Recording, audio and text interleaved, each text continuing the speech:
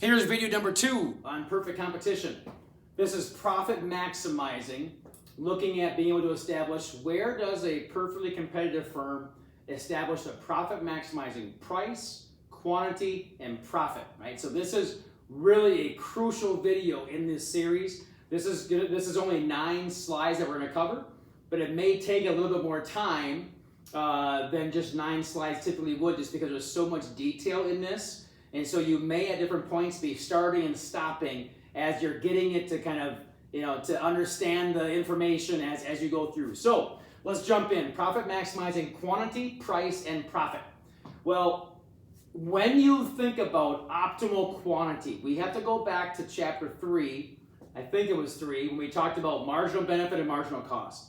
And when we looked at what optimal quantity is that quantity of an activity that which the marginal benefit curve and the marginal cost curve intersect. I gave you that before in the last video. We talked about it originally in chapter 3 as well. And so remember that this optimal quantity we talked about actually being allocatively efficient. We're gonna go back and revisit that as well. So, but what we're gonna figure out is where does the goal of this is where does perfect competition establish price, which we established in the last video, because perfect competition establishes price at the equilibrium of the market supply and demand. Now we figure out, well, where is the optimal quantity established, and then how do we find that profit? All right, so if we look at this, and we talked about having the optimal quantity being where marginal cost equals marginal benefit. Well, remember that again is allocatively efficient. If we are not producing at that point, if we're producing a quantity of 4, we're missing out on additional profit or benefit that we could have had if we were at 5. You can look at this number right here. Look at the net gain. There was a net gain of $3 in here, right? Which is right here. Here's our marginal benefit, because our total benefit jumped up by 3, so our marginal benefit is 3. If we would have stopped at 4, we would have missed out on an additional 3 dollars of benefit. And so we would see that our marginal benefit was higher than our marginal cost if we stopped at 4. The over allocation is if we went to 6. And going to 6, that means our marginal cost outweighs our marginal benefit by $1.75. That doesn't make sense for a business to do. So this is the equivalent of this. On the benefit side, it's the consumption for you. So picture if you wanted to buy your 5th apple. Let's just use an apple. And you bought your 5th apple. And the 5th apple gave you the highest total net gain and satisfaction that you could possibly have. If you stopped at 4, you missed out on that extra benefit or satisfaction that the 5th apple could have given you. But if you go to 6, that means that however much it cost you for that apple, it actually cost you more than the marginal benefit that you actually got from it. And so there's a negative net gain. And so we remember that our focus is going to be having an optimal quantity where marginal cost equals marginal benefit. Now let's look at the profit maximizing optimum benefit, because in this chapter, in the chapters 9, 14, 15, and 16, we're going to focus 95% of the time on profit. A few times we'll focus on some revenue, in chapter 14, but not right now. We're going to focus on profit because that's what business's biggest goal is being able to make profit. So the profit is maximized by producing the quantity where MR equals MC. And again, you can pause the video if I start going too fast and you don't have time to write, okay? So pause the video, then start it up again, rewind it. But so we maximize profit where MR equals MC. And we're going to prove that as we go along here. So we're just going to add in our marginal cost curve that we established in chapter 8 for the short run production costs. So we bring the marginal cost curve back in. You know from the last video that if this is the price that the firm, this is a perfectly competitive firm, they would have taken from the industry, this is where your supply and demand would have been, and they would have had a price, a market price of 18, and then they would have had an overall quantity. Well, because since they're a price taker, the price and marginal revenue and demand and AR, your Mr. Dart, right? All of those are a perfectly elastic line because in perfect competition, you're a price taker. Well, if we start looking at, well, now that we have that, how do we find we know what our price is, how do we find what our optimal quantity is? Or our optimal quantity is where MB equals MC, but MB is for the consumption side. On the production side, I want to look at, when I sell something, how much additional revenue do I get for that? And so we have to look at MR. And so if we look at now MR and MC, we establish and we figure out that the optimal quantity is at the intersection where MR equals MC. And that's kind of the big piece that we look around, that we look at. And now what we do next is we look at, well, why is profit maximized? Why is that the case? We're going to do some calculations. We'll look at some details and help you figure out kind of why that is the case. So again, looking at this information, we have our industry curve here, a supply and a demand, and then that's where the price is established for these perfectly competitive firms. Once the firms have that price set, we just put that price onto our short-run production costs. Like if I was to add this in, this doesn't matter for what we're doing, but I'll just so it's like, well, what does this look like for the rest of the curves? I've added now my price on top of my short-run production costs. Right, so I'm going to get this erased and we'll go on and we'll answer that question of why is profit maximized where MR equals MC. All right, so drum roll please. So here's why this happens. If your MR, if you stop and you under allocate, if your MR is greater than marginal cost, so that means like if you were at a quantity of 4, like that previous example back here, if you're at a quantity of 4, look at the difference here. My marginal revenue is more than my marginal cost. I'm missing out on the additional revenue that I could get by going to 5. And so you are foregoing some marginal revenue. So we haven't optimized our profit.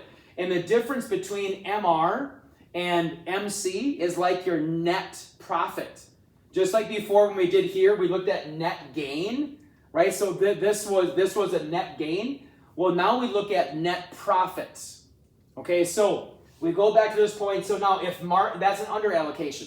And if you produce past that, if you produce at 6, well, now we are over allocating our resources. And when you over allocate resource, that means your cost, your marginal cost outweighs the actual revenue that you're generating from producing this. And you hopefully can, if I just said, each of you think about if you wanted to make this product right here. If you wanted to make this product and it cost you $2.50 to make it, the marginal cost to make this one is $2.50. Would you sell it for $2? And most of you would say, well, no, because the extra revenue of $2 I got is less than the marginal cost. That's what this is focusing on. So if you go to 6 is an over allocation of resources, and your profit actually goes down then. Right? So we haven't gotten to the point of actually maximizing our profit. And so if you were to look at this, and if we were to change this to marginal revenue and change this to net profits, well, this is how it makes sense. My profit is maximized when I produce when MR equals MC. But my profit, I'm giving up. I'm missing out on $3 of profit if I stop short. And if I go past it, now my profit is going down. And so all we're looking at is if you add both of these together, they equal that. If you add this onto that, well, now we have a new total. If you add, if you add the 750 on, now we're here. And so again, it's just helping you figure out, like, how are we finding total profit from marginal? Well, if you add up all of your marginals, they will equal your total, right? So this goes back to chapter 8 information that we talked about. So again, if I'm losing you, if I just lost you, what you should do is stop the video, rewind, and then go back and listen to some of the things that I just said to see if that helps the second time that we went through it. All right, so if we go through here, here's this point. Now let's go back to this area right here. If I add in my other curves, here's my ABC, and I'll add in. Oops, I missed the minimum point.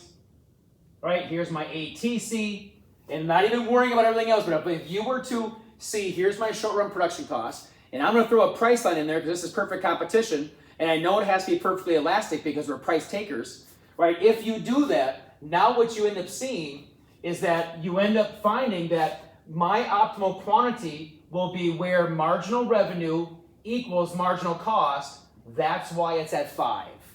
And if I stop early at 4, I'm missing out on that profit. But if I go past it, if I go to 6, I have actually, this would be a negative. That would be my profit would start going down if that's the case. My total profit would start going down. Right? So, again, if that is just to make sure that's making sense, if that doesn't make sense, pause the video, rewind, figure out what didn't make sense, and kind of listen to that, go listen to that again. So here's where some calculations are going to be.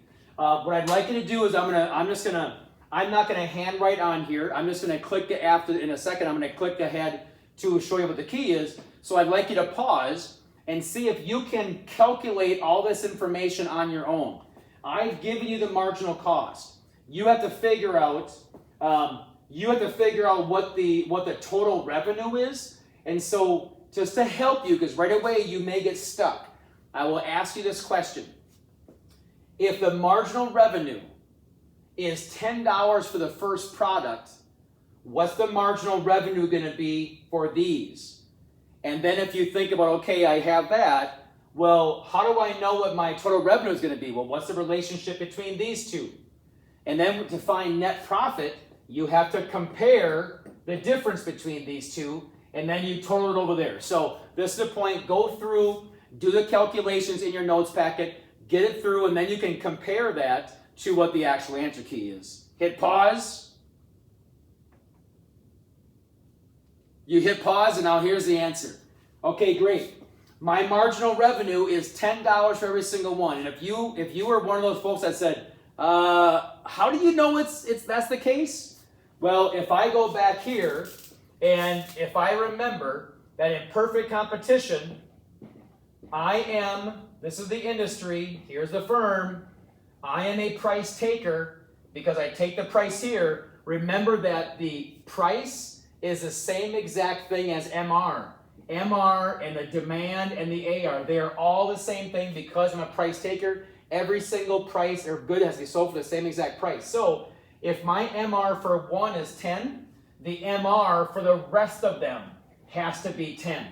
And so then if I fast forward to go to here, we see that my MR is increasing by $10 because that's what marginal revenue is. I gave you marginal cost.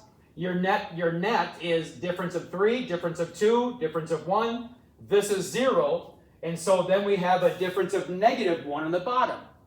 So the question is why would you produce 4 units when the total profit doesn't increase? So that's what the key question is. So if you look at this and say, maybe before I ask that question, I'd say where would the profit maximizing output be? The profit maximizing output is 6 is the highest, but you look at marginal revenue and marginal cost are equal. So you can figure this out if you don't even have this column, because you just learned that you maximize profit where MR equals MC. So here I have to figure out what my marginal cost is. Here's marginal revenue, and now this is the diminishing returns side of it, right? So it's going up. And then when MR equals MC, there's not a difference, and so my total net profit is here. So the question I ask now is, why do you produce 4 units when the total profit doesn't increase? I'm going to answer it, but if you want to think about it, you can think about it for yourself. So pause for a second, think of an answer, and then I'll give you the answer. All right, the answer to why we produce 4 instead of 3 when the total profit doesn't go up anymore is because if I sell this fourth one, I made an additional $10 of revenue. Nothing happened to my profit. My profit stayed the same, my overall profit, but I just made $10 more in revenue. So that question is going to come up a bunch of times. Like, why wouldn't I just do 3? Because you hate revenue. That's why. No, because if you did 3, that just means that you're giving up in that fourth one. So again, but it's because MR is equal to MC at that point, right? So that's why 4 is our optimal quantity. All right, so now this is a different example. I want you to go through just what we did for the previous one. This is in your notes packet. Go through this one, and then do the calculations, pause the video, and then when you're ready, start the video up again, and then I'm going to go on to the next piece. So pause, and here's the answer. And so as you go through and think about this, again, my marginal revenue does not change because I'm in perfect competition. I'm a price taker that has to be perfectly elastic. I changed and adjusted these a bit. So this is looking at the same question I'm going to ask you is, where would you maximize the output? And again, some people may look over here and say, well, I'm going to look over here. I maximize profit at a quantity of 3. But you most often will not have this column. And so if you don't have this column or this column, right, so these two make it a little bit easier. But if you don't have either of these two columns, how do you find it out? Well, in perfect competition and in all of our firms, in 14, 15, and 16, every firm optimizes their quantity. The profit maximizing optimal quantity is where MR is equal to MC, but in this case, it doesn't equal. And so you have to figure out, well, now what the heck do I do? Well, if you have to make a choice, do I make 3 or do I make 4? And I hope that that decision is easy for you, because if you make 4, that means you hate profit because you just lost $1 of profit, right? So this is why you have to look at MR and MC. And really the big rule is you maximize profit where MR equals MC, or until MR is greater than MC at the very last time before marginal cost gets more than it. So here's the secret behind using your numbers and figuring it out. If you don't have these two columns, which I said initially that again you probably won't, you will do this. Where's my profit maximizing quantity? Find the first point where marginal cost is more than marginal revenue, which is here, and go back up 1. That's your solution. So you can do that, because what you don't want to do is this. Some people fall into the trap. Let's say if this was an 8, some people would say, and this is 2, they would say, oh, well, I would do 4 because 11 is closer to 10 than 10 is to 8. And that would be, I get the logic, but just because this is closer, you still wouldn't do it because you cost yourself $1 of profit. That's the key thing. You got to figure out profit and not just look at how close these two are together. So you go down to the first point where marginal cost is more than marginal revenue, and you go up 1. Right? That is the key thing as you go through here. So, I'll ask the question again, why do you not produce 4 units? Well, because your total profit went down by $1. And then why did total profit go down by $1? Because your marginal cost was more than your marginal revenue by $1. You are going to be asked that question several times as you go through some of the handouts, as you go through some of the activities. You will be answering that question of, well, why don't I do this 4? And you have to use this concept. Is you don't do that because MR, marginal cost, is more than this, and the total profit went down because total profit goes down when marginal cost is more than marginal revenue. Right? Big, big, big learning.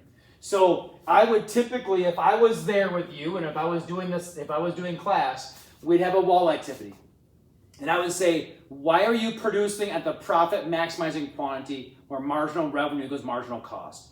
So what I'd like you to do is I want to have you pause the video to see if you can't think of the conclusion, the big learning behind this. And then when you're ready and that you have thought about it and processed it, I'm going to write it on here. And so you hopefully can be able to get that, right? Then afterwards, we'll go to the check understanding, and that will be the end of video 2. So pause.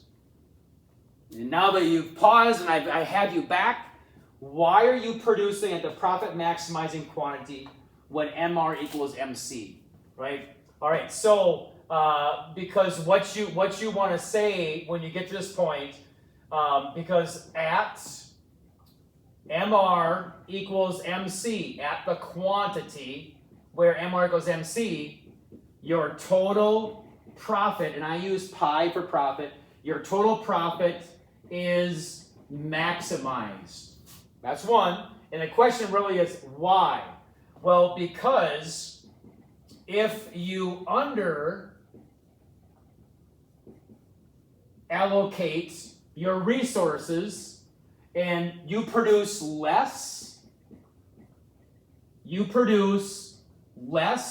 than the where MR equals MC, that's an under allocation. If you do that, you are, I'll say you are foregoing profit. So you haven't reached your max yet.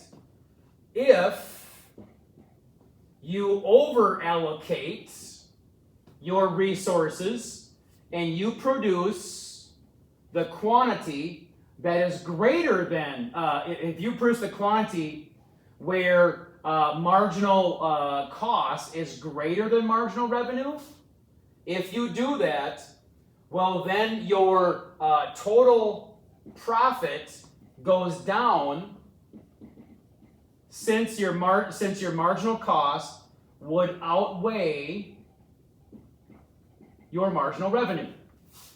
This is kind of the whole rationale, like a big conclusion piece to this second video of where do I find out the profit maximizing quantity? And when you look at where the profit maximizing quantity is, that's where it is, where MR equals MC. This is the reason why behind that. Okay, all right, so that's it for chapter 2. You can see the next thing is your check understanding number 2. I don't know if the QR code is working on this. I don't think it's working yet. And so go to your formative document to click on the check your understanding number 2, and then that will be it for this video. And then I will see you again virtually with video number 3.